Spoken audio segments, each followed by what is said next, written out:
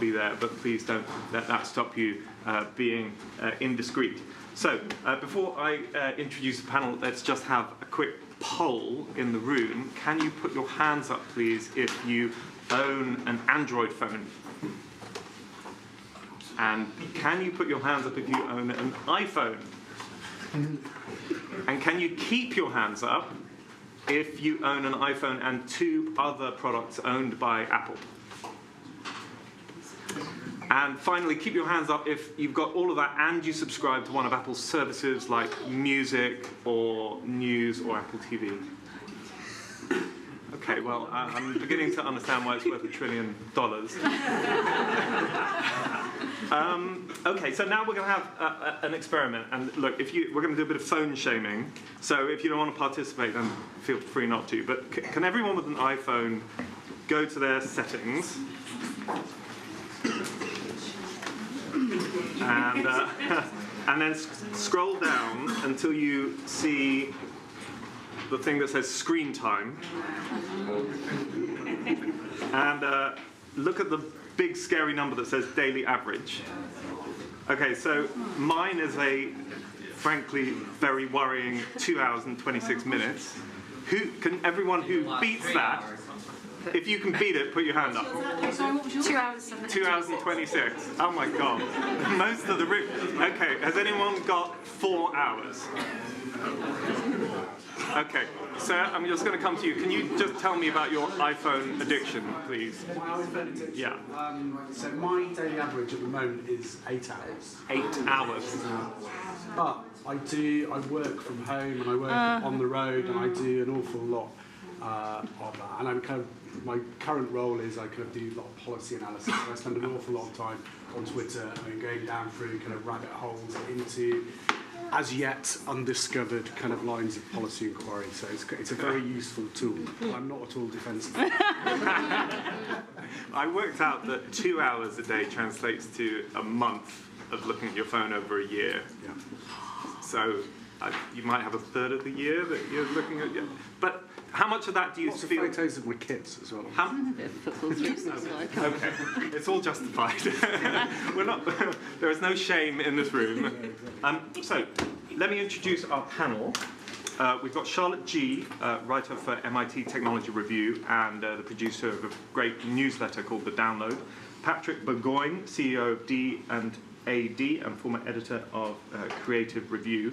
Leo Kellyan, tech desk editor of BBC News, and Romy Savova, founder and CEO of PensionBeast. And thank you very much for coming.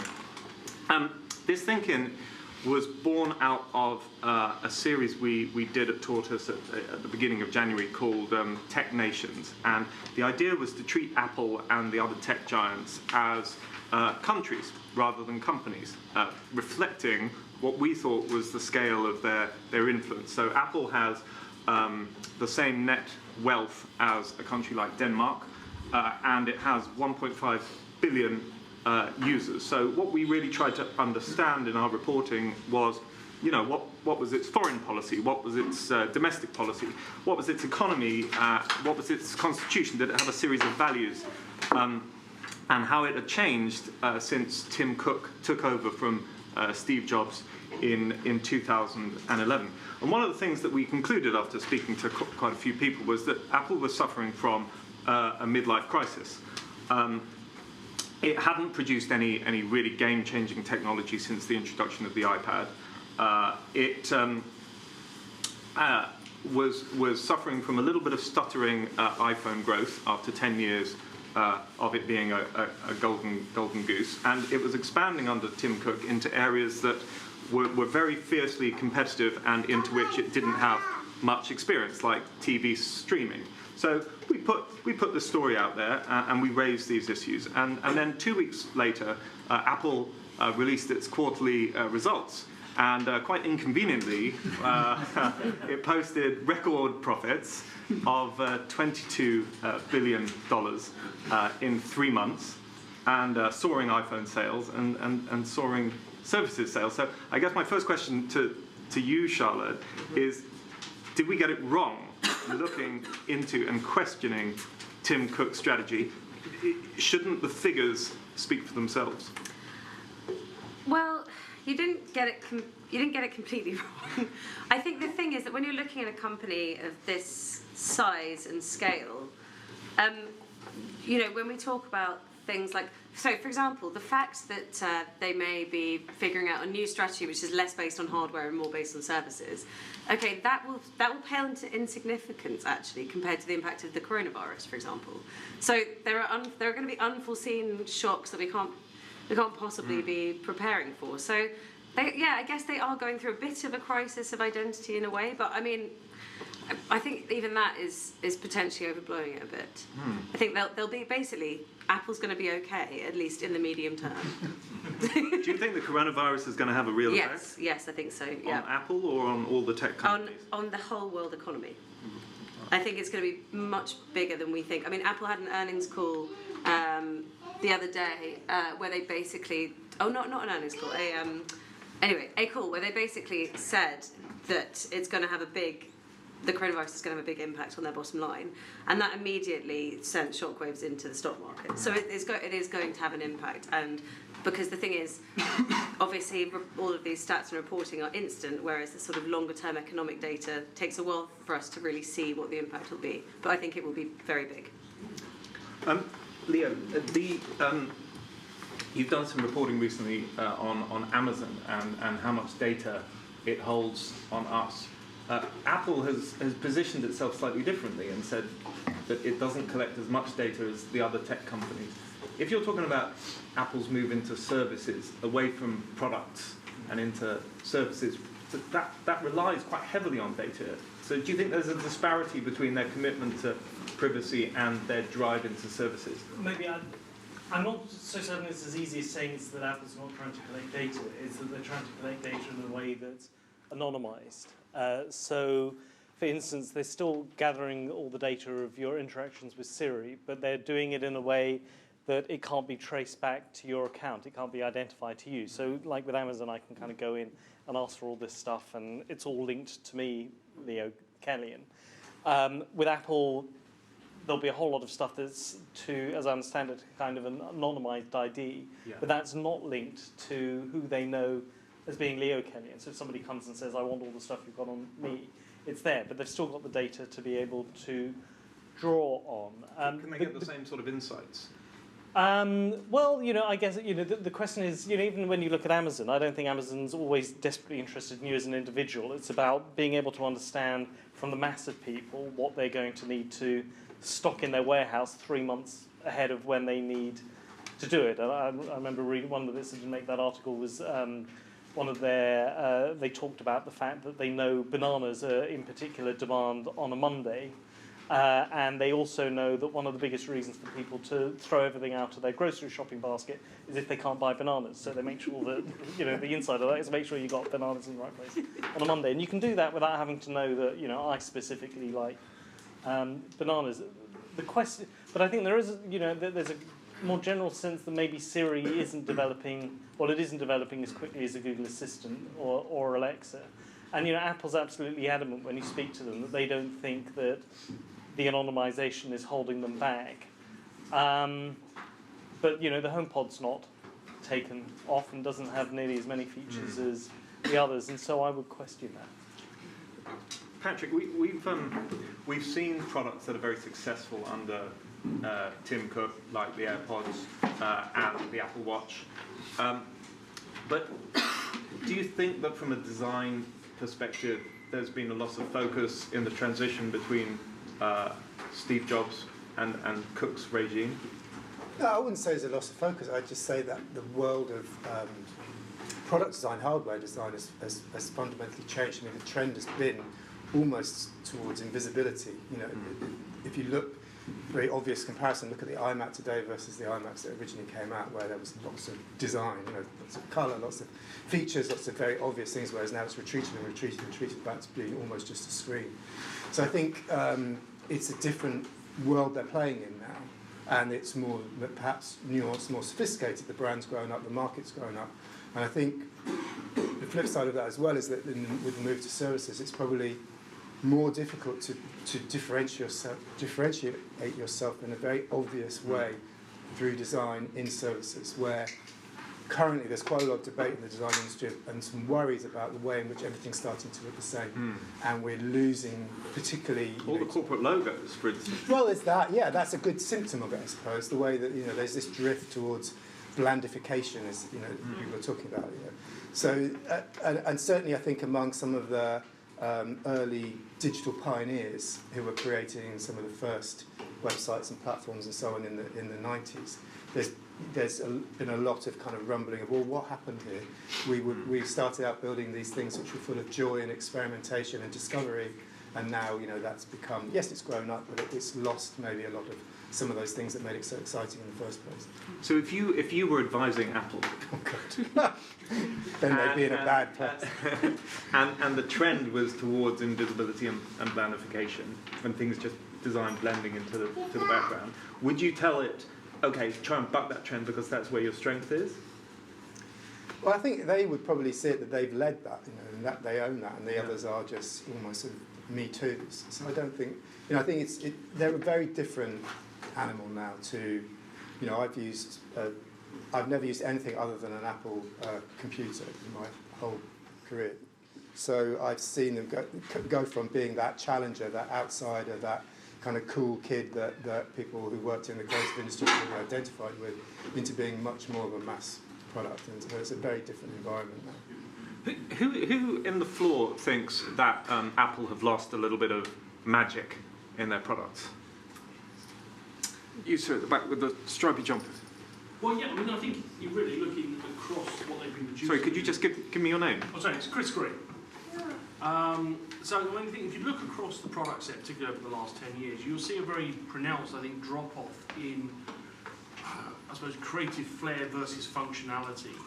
We've seen Apple, I think, move away from, and I won't call it innovation because Apple's strategy has always been not to innovate but to come in on the back end of the market and pick up from everybody else's mistakes. Yeah. But we've seen them move away from pioneering new products in its range to iterative design changes to its product range. I mean, really, when was the last time we actually saw a brand new handset? Well, there hasn't really been one. What we've seen has been 11 iterations of one handset. The new product pipeline has been minimal. The last major new product ultimately was, as Leo said, it was the HomePod. And like every other attempt that Apple's made with the speaker, it's failed really to take off. I agree. I don't think you've seen those conceptual great leaps forward. The foldable phone. Okay, sorry. I couldn't resist. But do you think that, how do you square that with the fact that they're posting record financial results? If you were, Tim Cook's advisor, would you be saying, we need some new product, or would you be saying, this strategy is working for us? Well, ultimately, I think you have to come at it from one of two perspectives, which is you either take the more creative mindset, which is arguably more of Steve Jobs' approach. He was all about coming at it with more creative flair, but at the same time trying to build a multi-billion-dollar business if he could. Tim is coming at this, I think, much more from the mindset of somebody who used to work at IBM. He's thinking not only about the long-term stability of the company, but also the long-term stability of shareholder value. And there's no question he has delivered that. I mean, the numbers speak for themselves. But ultimately, the price of delivering a more sustainable Apple for the ages, and one that has a much more, I suppose, dependable and predictable financial footing, ultimately means a more boring Apple. Whereas Steve's approach, arguably much more exciting, and there's been a few of us, particularly those in the media, and Leo, I think, like me, has probably been at the odd Apple special event where everyone's been whooping and shouting at a new product launch. But ultimately, with that comes great risk. When you are, wowing the market with a product you've ultimately bet the farm on, then you run the risk that Apple suddenly goes out of fashion and becomes the next MySpace. Yes, sir. I just wondered if that was necessarily true, because I seem to remember the iMac. Vincenzo. I remember the iMac just being a computer with colour on the outside rather than on the inside. I think that Apple's always been something that you buy into precisely because of its functionality, precisely because it makes things easier, which is ironically been why most people tend to go for it, because it links up my life and I don't have to think about it. I kind of absolve all of that thought into the product. And is that as good now as it was 5 years ago for you? Yes, because I basically have it on my arm, I have it in my pocket, I have it at work. I think, talking to companies that I think the irony is that that's work for individuals and their kind of small businesses. Ironically, Microsoft's still way ahead when it comes to their corporate ground. You would not turn your business and run it on Macs or Google. People still use Microsoft. But I think it's really interesting. Sorry, what's your name? My name's Tina, sorry. Sorry, can everyone just say that? Yeah. Sorry, my name is Tina. Hi. So I'm a designer, and when I was at art college in '83, we had the first Mac. So I have never used a PC either, which is a weird thing to say, probably. We might be similar ages. Yeah. So I've grown up, I think, with the sort of Steve Jobs mentality, and I'd like to raise that.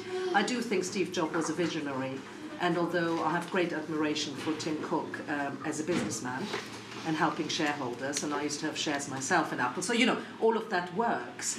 But as a designer and having grown up with Apple, I do miss what's called the innovation or whatever. I remember buying the first iPod in 2001 in Selfridges. I didn't know what it was, but I just loved it. It was just like, I have to have it and I'll find out what it does afterwards, and I'm sorry about that, but it's true.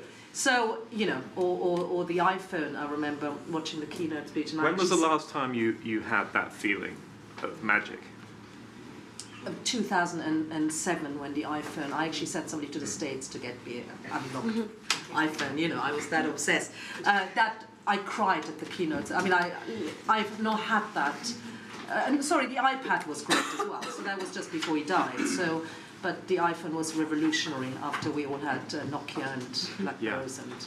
I remember thinking the iPhone would never take off. It shows what I know. Oh, the iPad? I thought the iPhone, because I thought, why would you want to browse the internet on your phone? Really? Did you? Oh my God. Yeah, I found that bizarre at the time. Really? So ignore everything I've got to say, basically.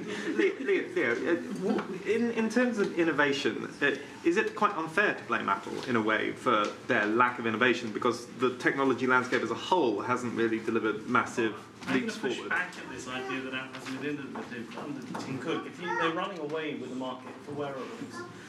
There's a whole lot of people, I know, speaking to people, the joy they get out of the Apple Watch, and kind of people are buying the iPhone because they want to have the Apple Watch. The Airpods have, the HomePod hasn't done well, but the Airpods are absolutely killing it. But they're more accessories, aren't they, rather than game-changing except, devices? a lot of the time when I'm out of the home, my main interface, I just talk, being able to say, hey sir, if you just tap something, which you have to do with a whole lot of the Android things, I'm interacting directly with those.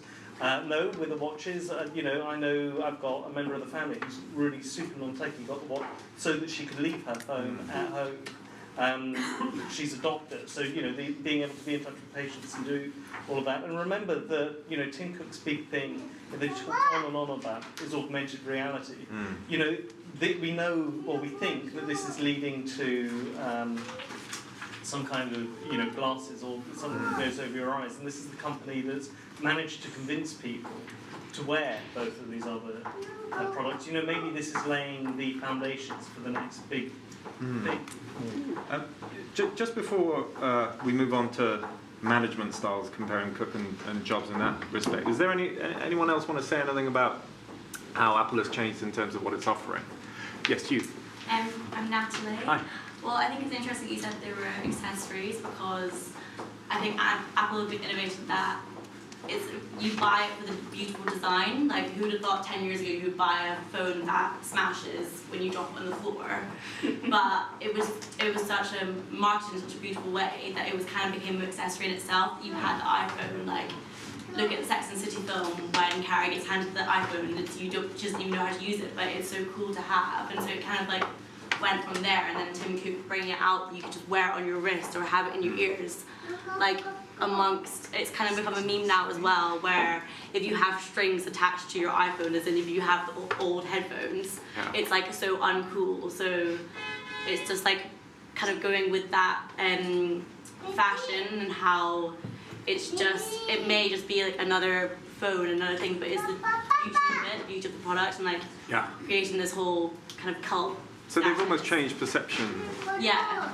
I remember when the Airpods came out, everyone really did not like the design. And I got some, and they're like, "Oh, just go lose that immediately." Yeah. But now it's like if you have strings attached, It's flipped it around. I mean, I think that's the, that's the risk that they're running, that they're going to be a fad product, because the real utility of your iPhone or of any kind of Apple device is that it helps you transmit information back and forth, and as long as they're the best platform for doing that, they'll be fine. But if they get overtaken by a cooler gadget which can also send information back and forth, then I think they haven't had enough competition yet.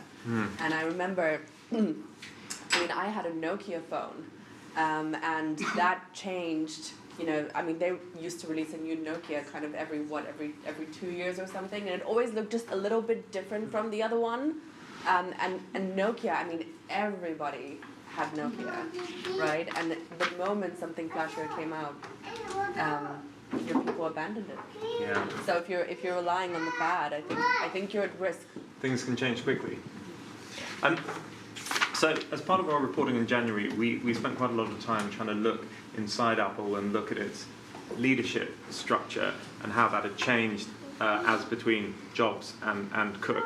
One of the things that didn't change is Apple's obsession with secrecy. Tech companies in general are obsessed with secrecy, but Apple particularly so.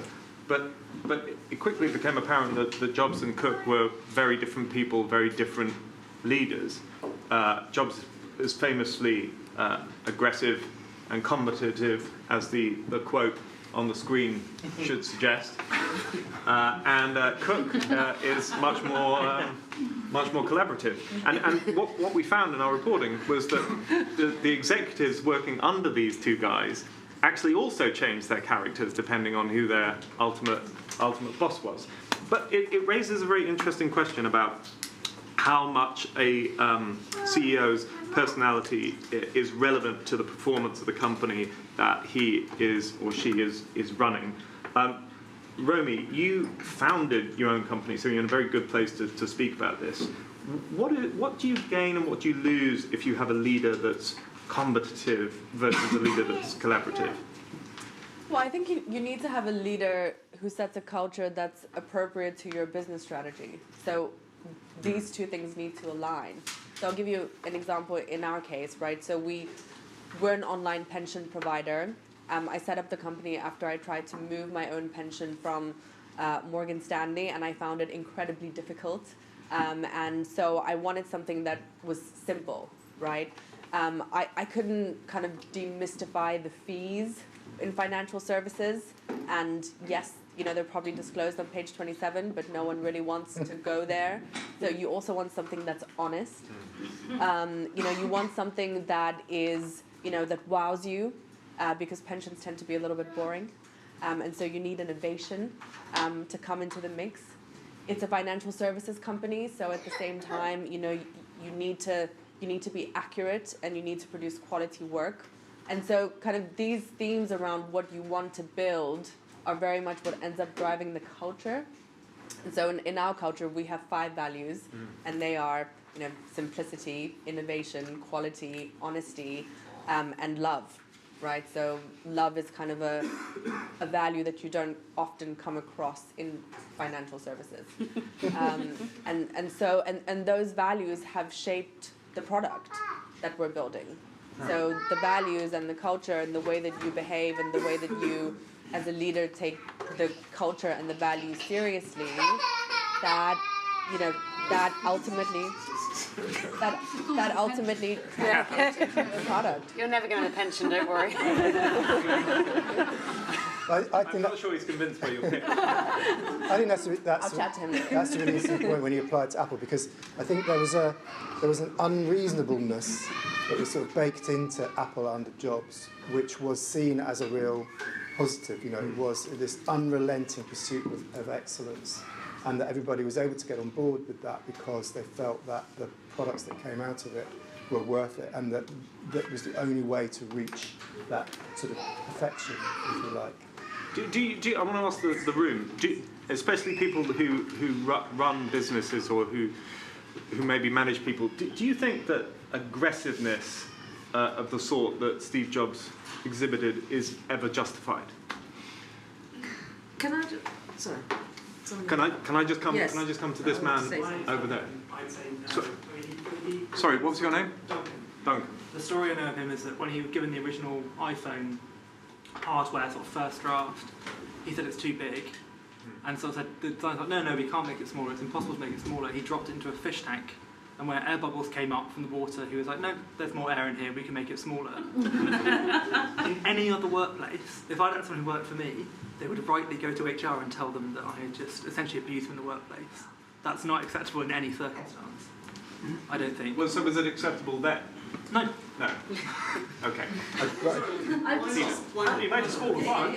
He made a smaller phone, sure, but he also presumably, I think it's not nice. I think there needs to be sort of a, I don't think you can find economic justification for not being nice. And you as a consumer would be prepared, because the flip side, the quid pro quo of that, is that you as a consumer get a worse product.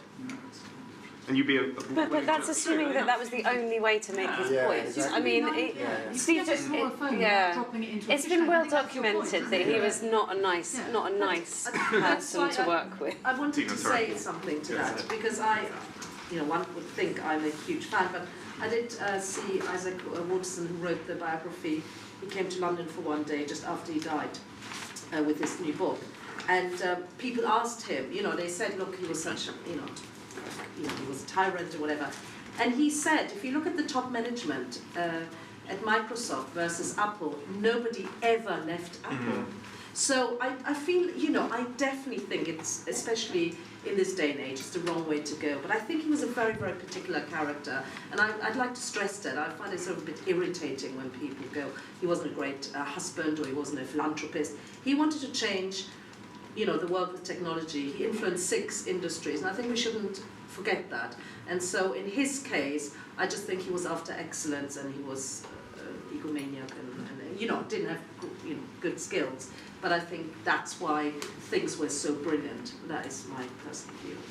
I think there's also a really interesting parallel in what's happening with creative industry businesses at the moment in ad agencies and design studios, where you did traditionally have more of that kind of unreasonable behaviour, if you like, and this sort of elevation of creative genius or the sort of auteur idea, and that, oh yes, well they'll behave like that, but it's worth it because of the amazing work we'll get out of it.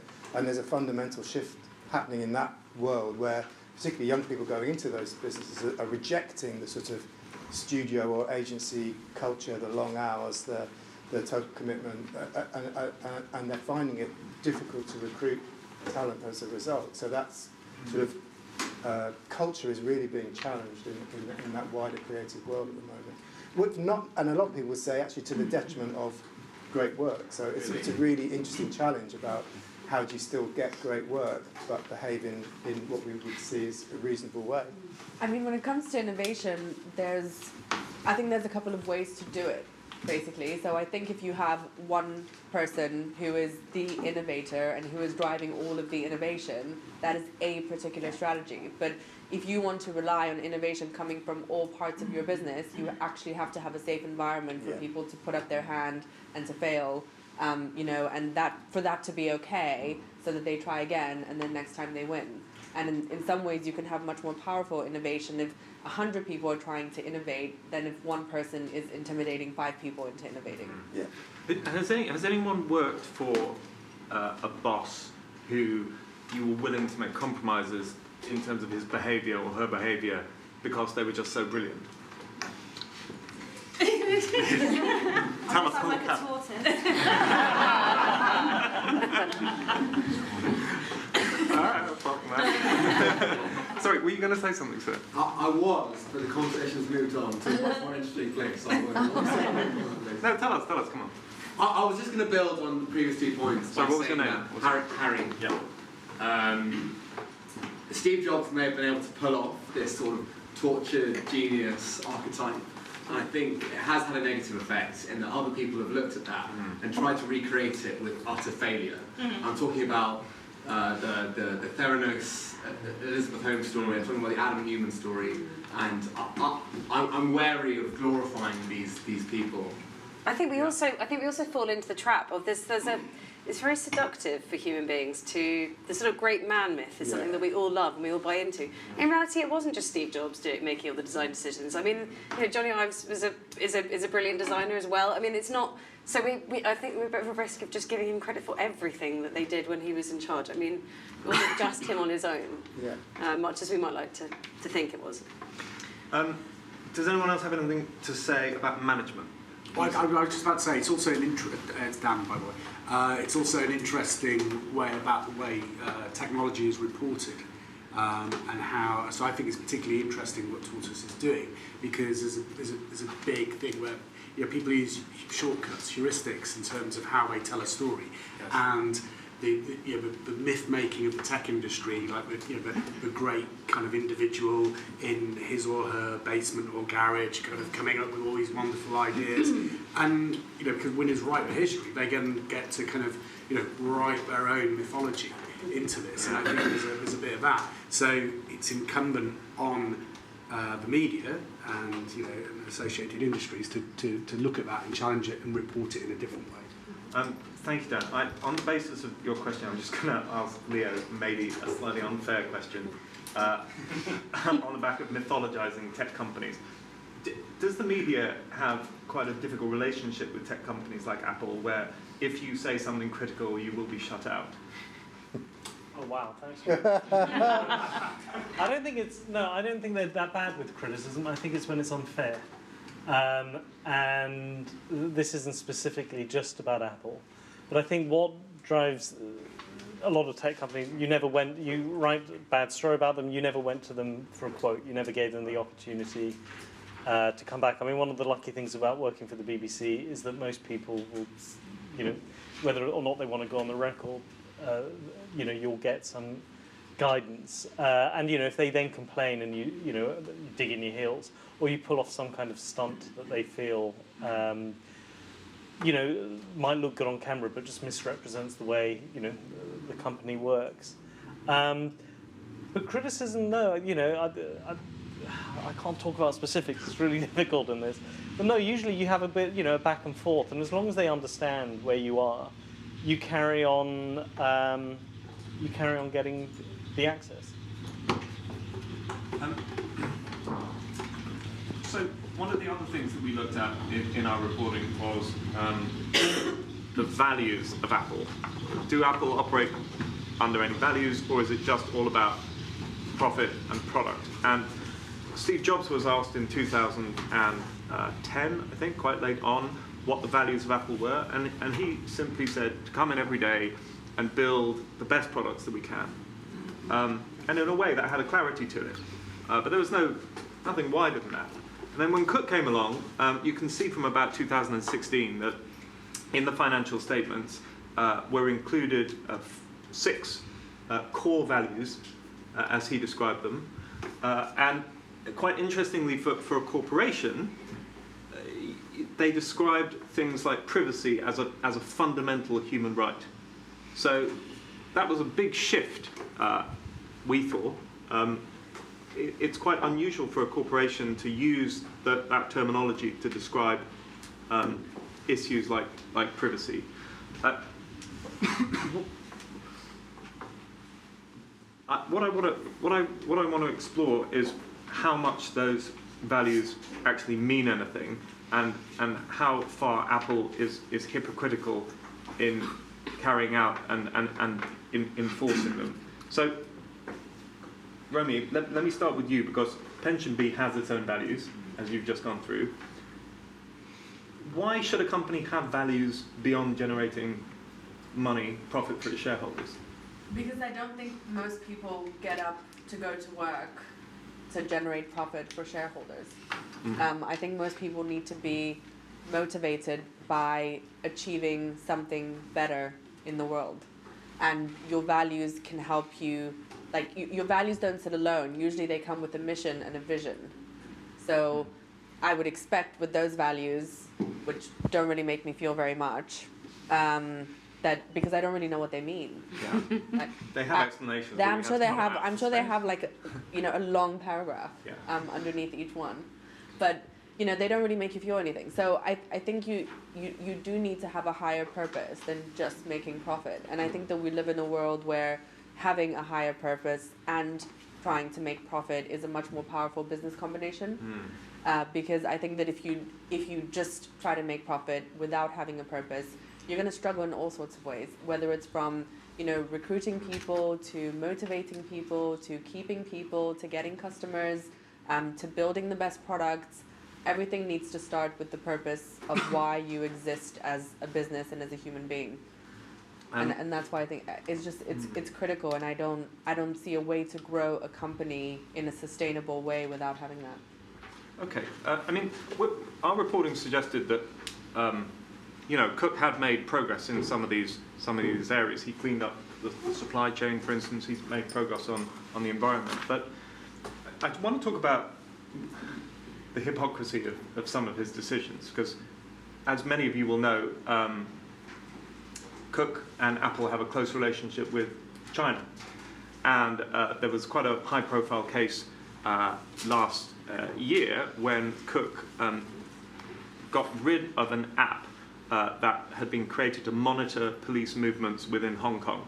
And he did that at the behest of the Chinese government, and it was one of about 2,000 apps that had been taken down from the App Store at the behest of the Chinese government. So how far do you think, Charlotte, that Cook's values and Apple's values are followed only when it's commercially expedient? Completely. Yeah. I mean, there is no higher moral purpose, and he'll do, in my opinion. But then, it's capitalism. You know, like I don't know. Does there have to be? Is there meant to be, or is it sort of is even creating them just a sort of smokescreen to convince people to work? I don't know. I think the thing I'd say is that you know, if you look at China, sort of some of the conditions in the factories, like people in Apple in California have referred to the Foxconn factory in Shenzhen as Mordor, where they manufacture the iPhones, and there are some grim working conditions. I mean, he's been fairly kind of cozy with Trump, but then I guess that's politically expedient for him to do that. And I think you have to kind of look at these things and think, well, they are behaving, I mean, Zuckerberg's definitely doing this as well. A lot of these tech CEOs are behaving like the heads of a nation state. So they can't actually afford to irritate anyone, or at least they're trying to follow that strategy. And China, you can't operate in China without the approval or the acceptance of the Chinese government. So they're just trying to keep everyone happy. Is there a high purpose? Probably not, but I don't know.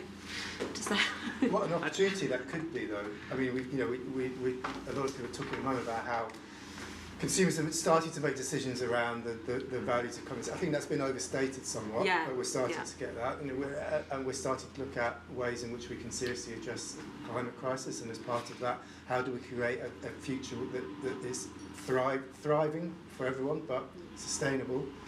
If Apple can't differentiate through its products so much anymore, although I take the point that there still are some excellent products there, could it differentiate through its behaviours? Could it be the first genuinely ethical, sustainable business?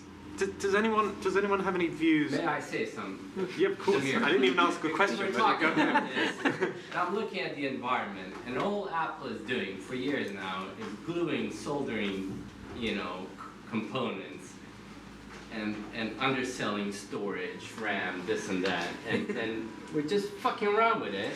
And guess what? A couple of updates down the road, especially with iOS, boom. That motherfucker's gone. They used to sell you a computer for $3,000 that you could slowly upgrade, and it'll last you 7-10 years. And you could stop at certain Mac OS or OS 10 or whatever it was, Nowadays, they're really taking the piss. Yeah. The company is bullshit. And I've used Mac since '94. It's. But are they taking the piss enough for you to stop using them? I don't. Listen, I buy their stuff every couple of years, and I buy the most expensive thing, thinking about the future and how I'm going to use this, and can I upgrade it or whatnot, But a lot of these people apparently are upgrading their hardware every year, and all they're selling, they are just a luxury brand and a service company nowadays. their iOS is bullshit. You know, you open Shazam, they're playing video. You open an app, you want to update apps, they're playing video.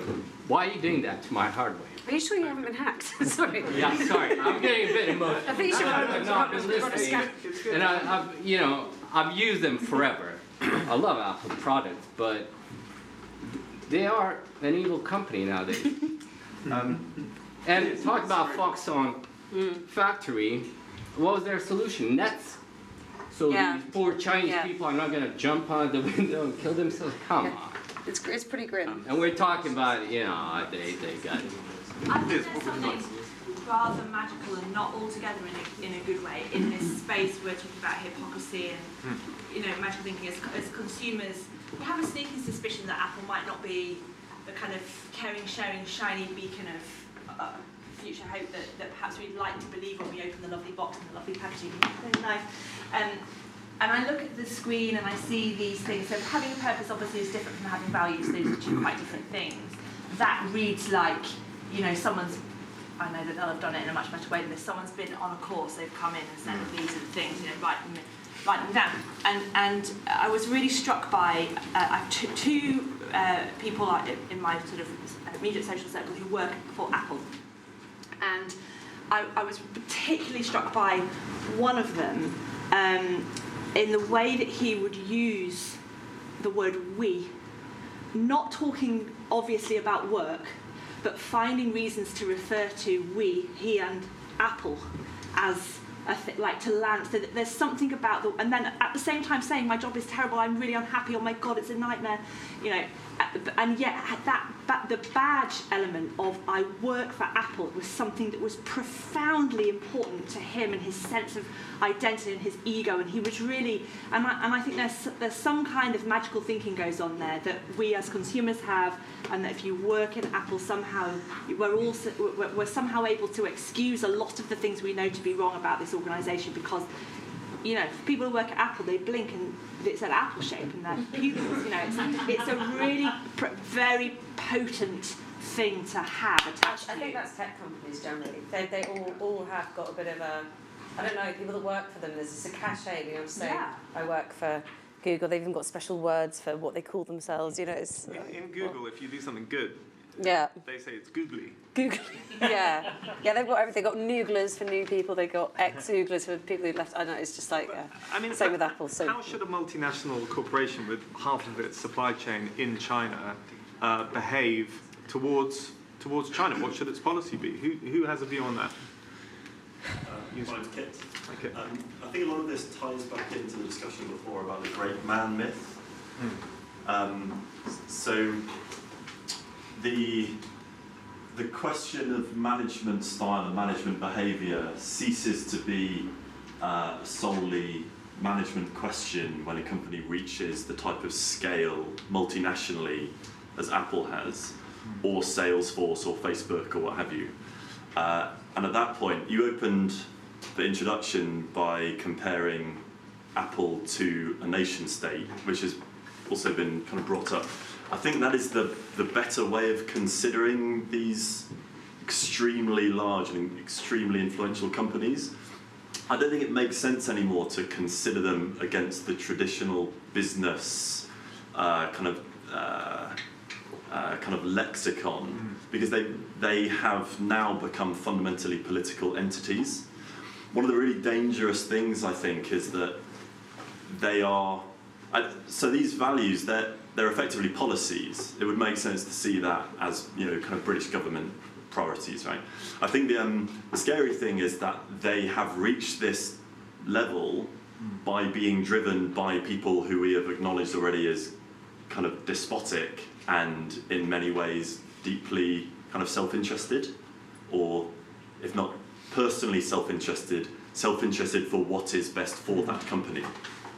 So the question is less how, I think, should Apple behave in the world, but how should the world behave with regard to companies like Google, like Apple, who now exert a great deal more influence than a lot of individual nation states. That's very interesting. users.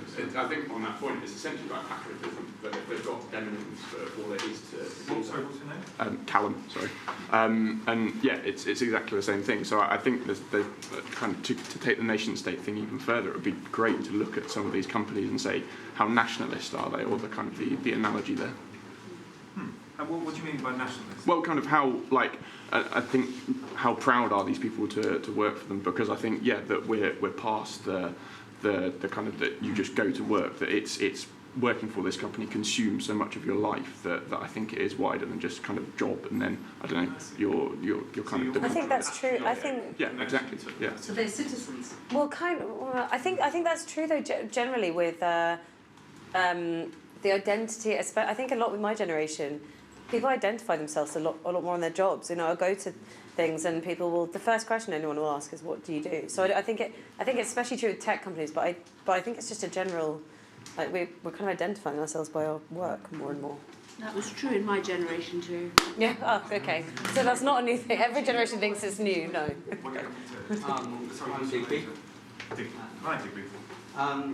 I always feel like with any company, I completely agree with the idea that it can't just be for profit. Because if you're just going to work every day and your sole purpose is to make money, it kind of feels a bit helpless. If you work for your whole life just to make money, you haven't really changed the world in any way. One of the things that I've always liked about Apple, even though I wholeheartedly admit I've never been in a world without Apple, I've never been in a world without an iPhone. Oh my God, that blows my mind. Sorry. I've always felt like Apple has always been trying to make new cool stuff, and I love all of the devices that they make. And let's just be honest here, with the packaging, everyone keeps the Apple box, right? So you always tell yourself, right, oh yeah, I'm going to use it to store some stuff. Don't do that for that reason. So keep it because it's really cool. Would you care if Apple didn't have any values at all that are on the screen, none of those, and just cared about making the sort of products that you think would be cool? That's a hard question. A better version of myself would always say no. There's no way. I would never buy from a company that would have no values such as that. But I still do order stuff on Amazon, even though I know that some poor person is running around a warehouse trying to get my stuff to me on time. I feel like if Apple goes to all of the effort of creating these core values, they should probably stick to them. They should do everything that they can as a big company, as a big nation, to try and make the world a better place in that form. They shouldn't back off from the Chinese government because they have their factories there. I'm pretty sure if Steve Jobs was still alive, considering he called his supply chain a bunch of fucking arseholes, he'd probably turn around and try to say, no way, I'm the CEO, I'm not taking this app down, this is my company. That's very but if you do that, the problem is that if you do that, you then stand to lose a lot of users in China, while actually a lot of Americans will tweet about it, but they'll still keep on using it. So in reality, like, just cave in for the Chinese government is the most sensible approach there. For them as a business. I'm Tess from Tortoise.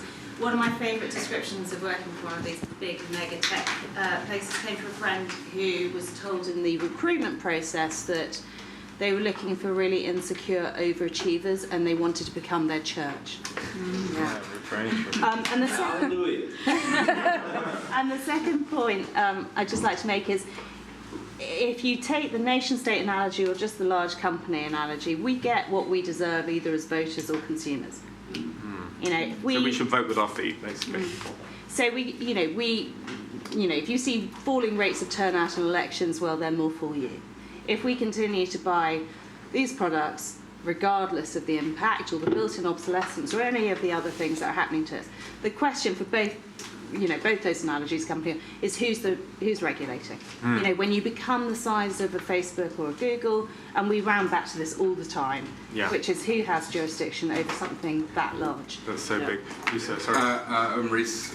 In relation to the regulation point, I think Apple are actually best placed compared to the other tech giants, because I think if you look at the forthcoming regulatory battles within the EU and say, it depends on who wins the US election, but I think a lot of it's going to be fought on data and privacy, and Apple are kind of best placed.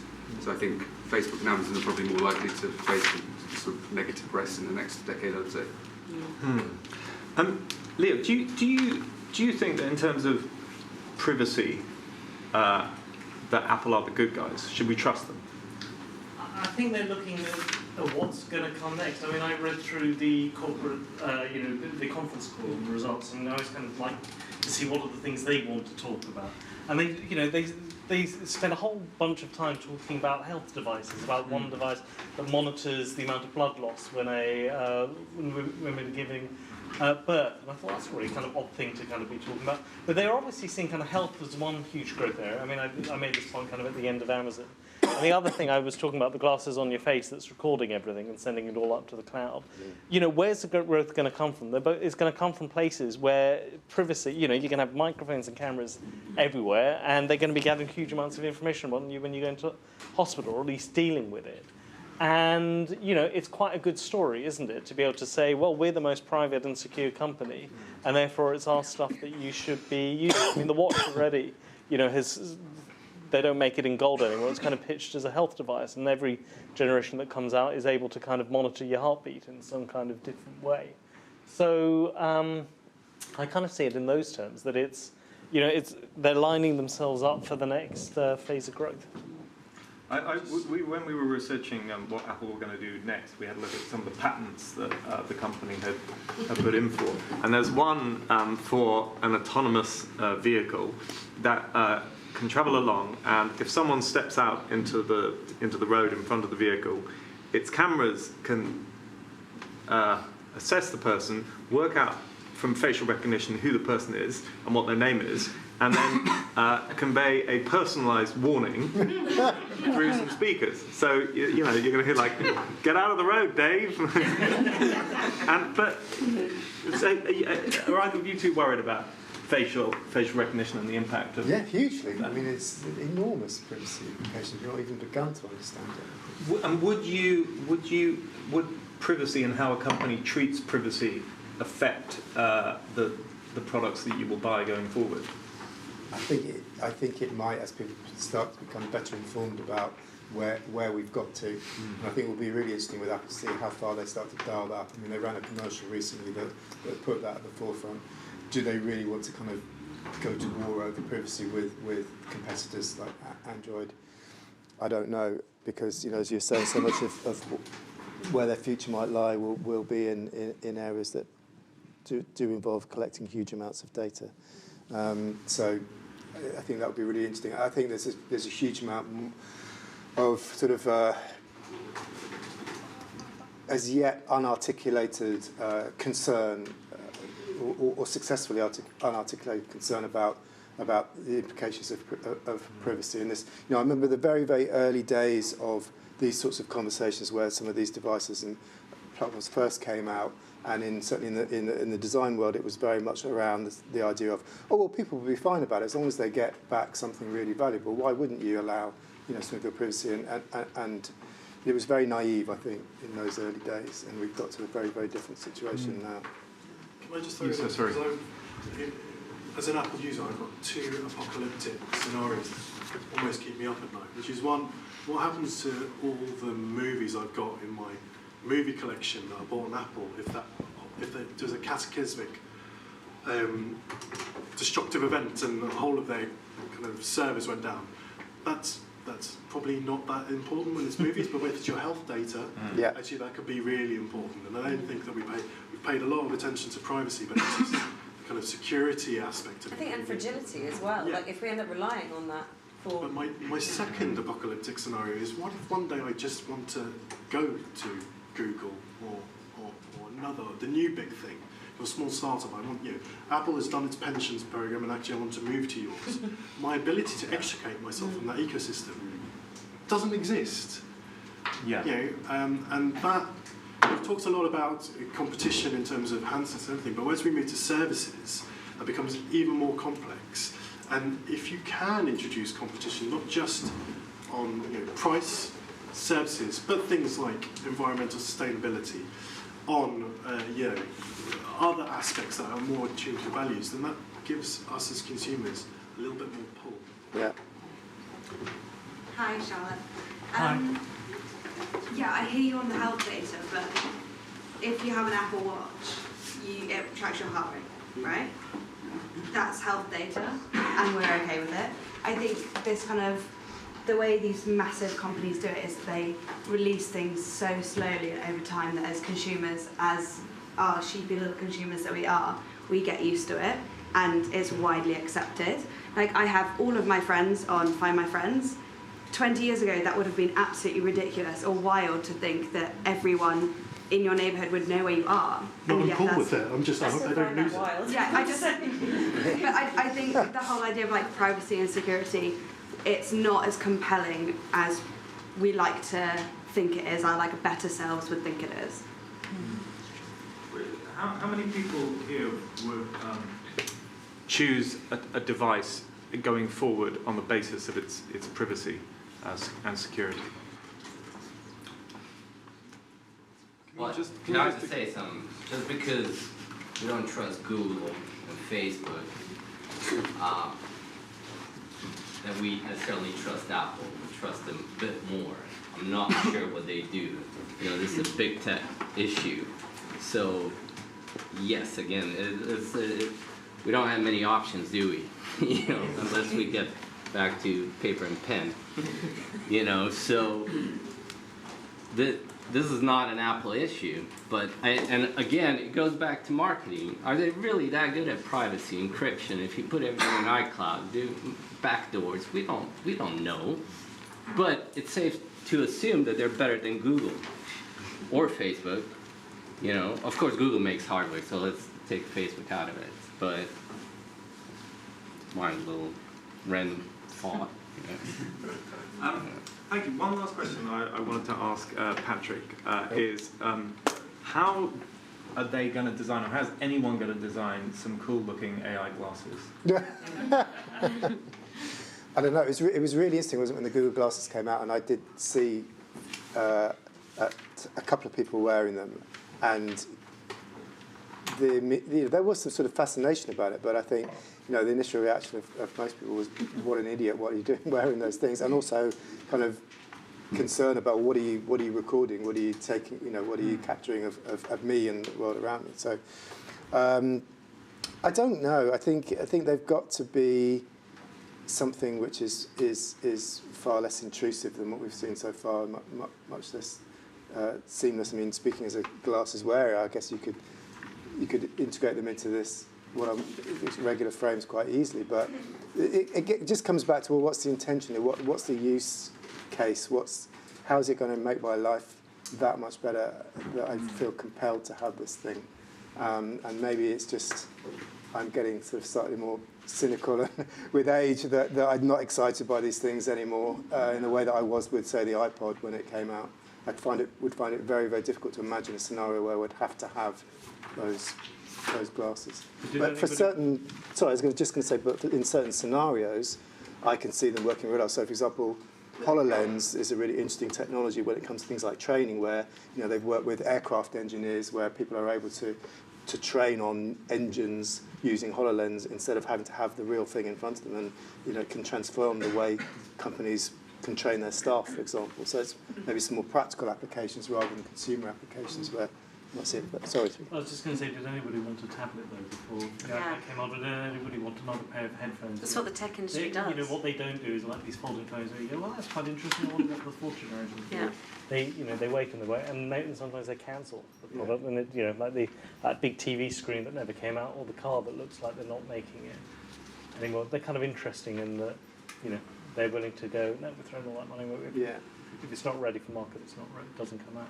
And Jobs' great thing, or at least the myth around it, was that it was the thing you didn't know you needed, and it wasn't. He famously would reject consumer research and so on.